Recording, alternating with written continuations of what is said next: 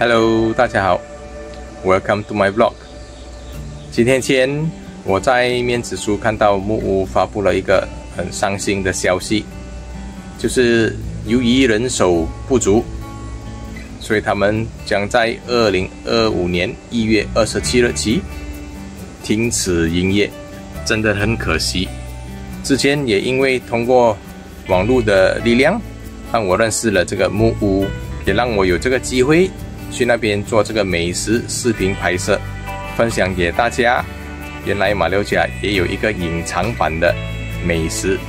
木屋的环境很舒服，因为它四周围都有这个果树，然后食物方面很好吃，选择很多又简单，重点是价钱公道，和普通可啡的价钱差不多一样。在此，我想通过这个网络的力量，看有没有什么方法可以让这个木屋再继续营业下去，把更好的美食分享给大家。